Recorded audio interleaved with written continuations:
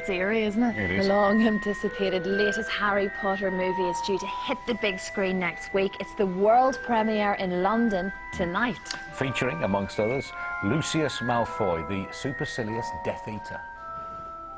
I can't be sure. Look closely, son. If we are the ones to hand Potter over to the Dark Lord, everything will be forgiven. All will be as it was, you understand? Oh, Jason Rather Isaac. less astute. Yes, Jason Isaac is good here. Nice to see you. morning. That blonde wig has subtly changed, hasn't it? It has. Actually, it was painful because by the time you see Lucius in this film, he's been in prison for a year and he's had a very traumatic time, and he comes back all dishevelled and red-eyed, and to put that beautiful hair on and then mess it up was it was painful because we get a lot of letters about the hair, in fact, addressed to the hair. I think you said it started out Pamela Stephenson and ended up Lady Gaga. Yeah, unfortunately, I called her Madam Gaga on television, and people keep shouting that at me in the street. That's the kind of thing I do. I called Beyonce Beyonce once in a news bulletin.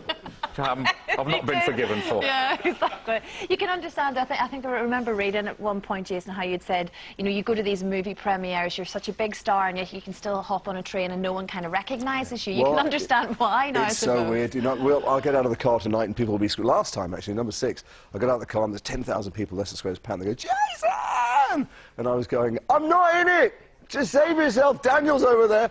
This one I'm in briefly, so I feel like it's all right. But yes, as soon as it's over, I'll wander around the streets and no one will be any the wiser.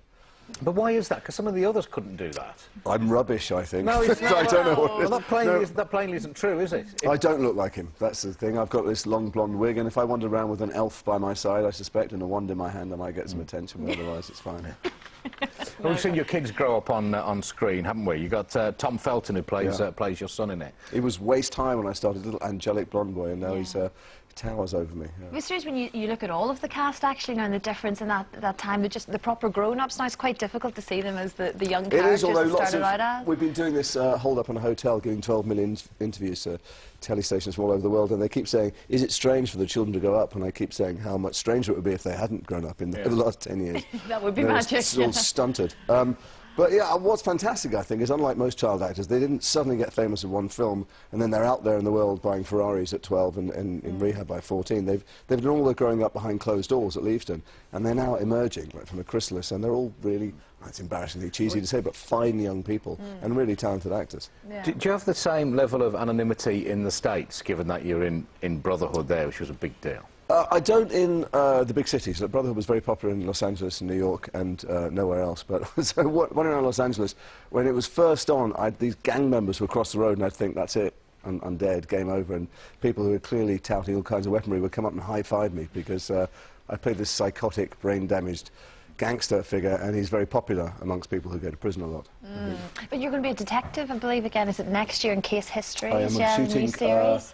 I leave tomorrow to go back to Scotland. I'm doing Case Histories based on the Kate Atkinson books, and Jackson Brodie is her iconic detective. It's a bit of a pain, frankly, because every time I tell people who've read the books, they go, I love him, he's amazing, and I go, no, it's just me. don't get impressed. But in a couple of days' time, I've got to dive into the Firth of Forth and fish out a dead body, which is much less glamorous than swanning around Leicester Square. You've got a body double to do that, surely. I don't have a body double. And the only thing that stopped me complaining, because it's something like -5 in the water, is that there's a young girl who has to play the dead body, and it's got to be worse for her.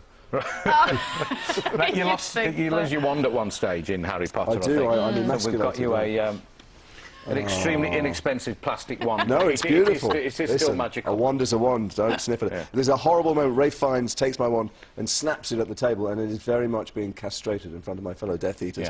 It's a humiliating moment, so I wish he was here.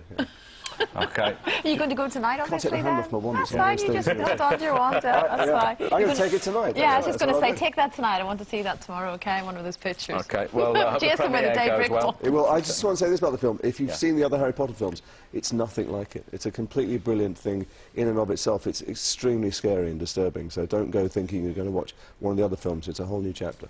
OK, thank you very much. Jason Isaac. Jason Isaac,